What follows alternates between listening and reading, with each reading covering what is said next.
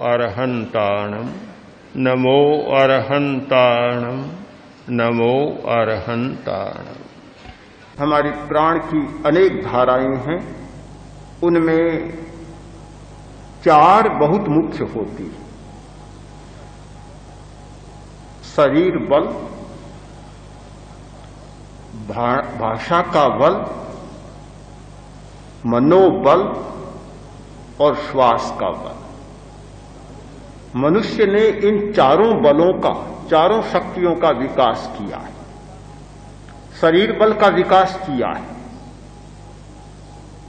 पशु में शरीर का बल बहुत होता है, किंतु अपनी अपनी स्थिति में जितना है उतना है। विकास किया यह नहीं कहा जा सकता, किंतु मनुष्य बहुत विकास कर सकता है। बहुत तेज दौड़ में आगे बढ़ सकता है। भारोत्तोलन में वह शक्ति का कीर्तिमान स्थापित कर सकता है। अच्छा धावक, अच्छा भारोत्तोलक, अच्छा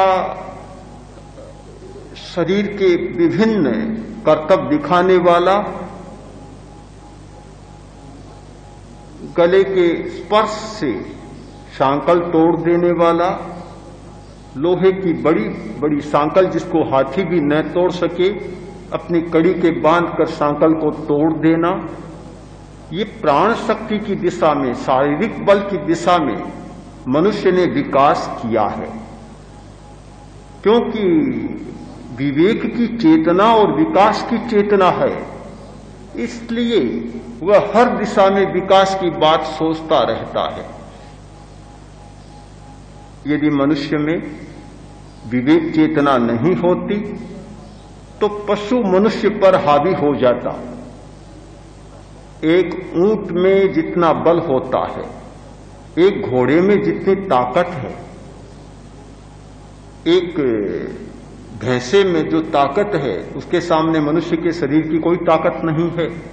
पर घोड़ा भी मनुष्य के बस में है, हाथी भी मनुष्य के अधीन है, भैंसा भी मनुष्य के अधीन है, और मनुष्य सिंह को भी पिंजरे में डाल देता है। इसका कारण कि उसकी चेतना में विकास की निरंतर प्रक्रिया चलती है। निरंतर वह उपाय और समाधान खोजता रहता है और समस्याओं से निपटता रहता है।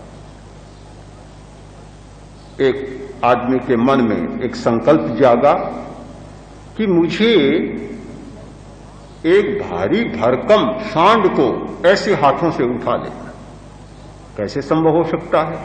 कहां सांड का भार, कहां सांड की ताकत, और कहां मनुष्य का भार और कहां उसकी शक्ति? कैसे संभव हो सकता है? बड़ी असंभव कल्पना जैसी लगती है। किंतु जब चेतना का आयाम खुलता है तो असंभव कल्पना भी संभव बन जाती है। कोई बात दुरूह नहीं होती। उपाय सोचा, बछड़ा जन्मा और पहले दिन उसको उठाया। उठा सकता था, संभव बात थी। दूसरे दिन उठाया, तीसरे दिन उठाया, निरंतर उठाता रहा। यह निरंतरता ने इतना विकास किया कि बड़ा सांड हो गया, उठाने में कोई कठिनाई नहीं। निरंतरता एक बहुत महत्वपूर्ण प्रक्रिया है। आपको बार बार ये सुझाव दिया जा रहा है कि निरंतर श्वास का अनुभव करें। बहुत मूल्यवान बात है ये कि निरंतर अनुभव करें। 5 मिनट भी कोई व्यक्ति निरंतर श्वास का अनुभव करता है और बीच में अगर कोई विकल्प न आए तो 5 मिनट के बाद आपको ऐसा लगेगा कि शरीर को इतना चार्ज कर दिया गया है, बैटरी को इतना चार्ज किया गया है कि भीतर से प्रकाश की और प्राण की ऊर्जा की जैसे धाराएं दौड़ने लग गई है। एक शक्ति का कोई विस्फोट होने लग गया है। निरंतरता में जो शक्ति होती है वह कभी बूंद में नहीं होती। बिंदु पात एक बात है और धारा पात बिल्कुल दूसरी बात है। बिंदु पात होता है, एक बूंद गिरी, 2 मिनट के बाद फिर एक बूंद गिरी, फिर एक बूंद गिरी, पहली बूंद सूख जाती है, दूसरी भी सूख जाती है, तीसरी भी सूख जाती है। वे पृथ्वी के ताप में और रेत में बूंदें सूखती चली जाती है। एक धारापात होता है। धारापात का अर्थ होता है प्रवाह, फिर बहने लग जाती है, धारा बहने लग जाती है और नाले का, नदी का बड़ा रूप ले लेती है। तो बिंदुपात से शक्ति का विकास नहीं होता, शक्ति का विकास धारापात से होता है। बिंदुपात में निरंतरता नहीं होती और धारापात में निरंतरता होती है। अंतर यही है कि बिंदुपात में अंतराल आता जाता है। अंतराल का अर्थ है कि काले पिबती तद्रसम, काल उसके रस को पी जाता है। जो रस होना था, बीच में समय अंतराल गया और पहले को काल पी गया, दूसरा आया दूसरे को पी गया। किंतु जहां निरंतरता होती है, धारापात होता है, वहां काल उसके रस को पीता नहीं किंतु आगे बढ़ा देता है। ये निरंतरता का जो मूल्य है, निरंतर अनुभव करना, श्वास का निरंतर अनुभव, जिस व्यक्ति ने श्वास का निरंतर अनुभव करना सीख लिया, उसने शरीर बल, मनोबल और वाग बल, वाणी के बल को विकसित करने का एक बहुत बड़ा रहस्य अपने हस्तगत कर लिया। आज हिंदुस्तान में एक जो सबसे बड़ी कमी आई है, वह यही आई है कि हम निरंतरता की बात को भूल गए, शक्ति के निरंतर प्रवाह की बात को भूल गए। आज यहां के स्टेडियम के एक अधिकारी ने बताया कि वे 1 वर्ष का कोर्स करके आए हैं, यही खेल कूद का कोर्स विदेश में करके आए हैं। उन्होंने बड़े आश्चर्य के साथ कहा कि अब ये खेल कूद के साथ पश्चिम के लोगों ने योग को और जोड़ दिया। बड़ी विचित्र बात है कि अब खेल कूद का प्रशिक्षण लेने भी बाहर जाना पड़ता है और योग भी बाहर से सीखना पड़ता है। यहां से निर्यात हुआ और फिर यहां उसका आयात करने की जरूरत हमको हो गई। एक ही कारण है कि हम निरंतरता किसी बात में नहीं, किसी बात में हमारी एकाग्रता नहीं, किसी बात में निरंतरता नहीं। सब कुछ व्यवधान और व्यवधान छूटा हुआ और टूटा हुआ।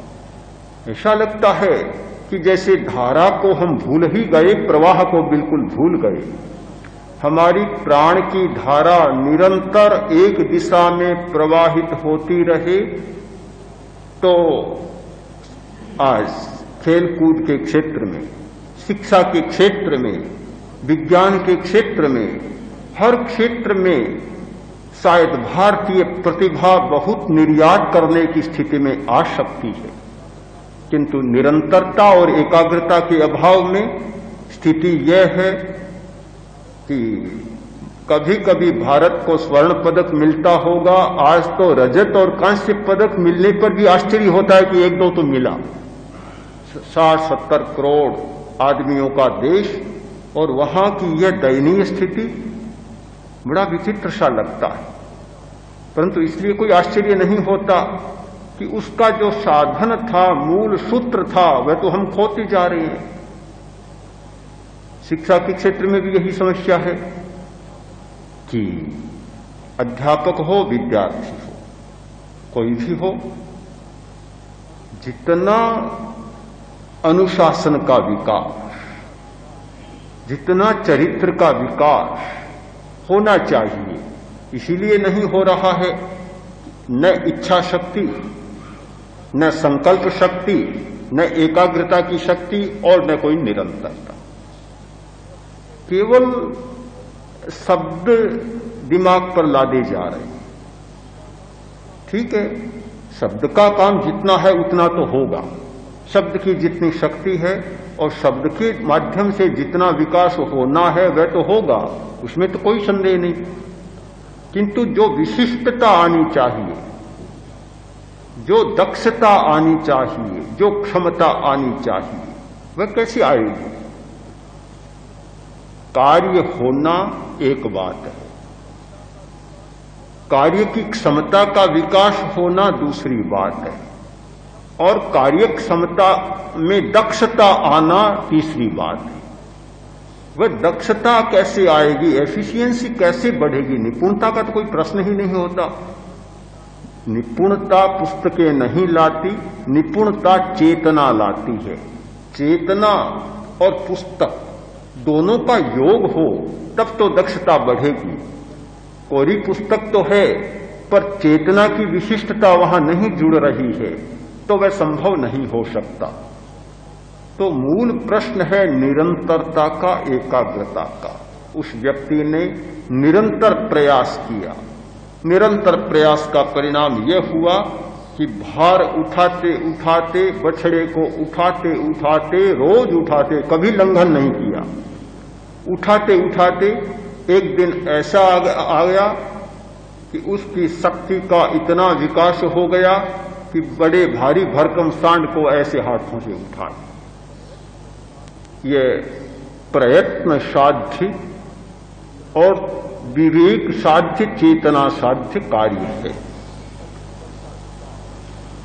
शरीर बल का विकास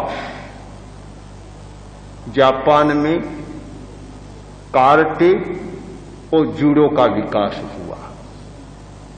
शरीर बल का विकास, इतना हाथ को मजबूत कर लिया जाता है कि तलवार का भी वार होगा, हाथ कटेगा नहीं। मनुष्य ही यह विकास कर सकता है। यह प्राण शक्ति का विकास है कि प्राण शक्ति का ऐसा विकास किया कि शस्त्र का प्रहार हो रहा है और कोई असर नहीं हो रहा। हमने आंखों देखा, एक भाई ने श्वास भरा, श्वास को रोका और हाथ फैला दी।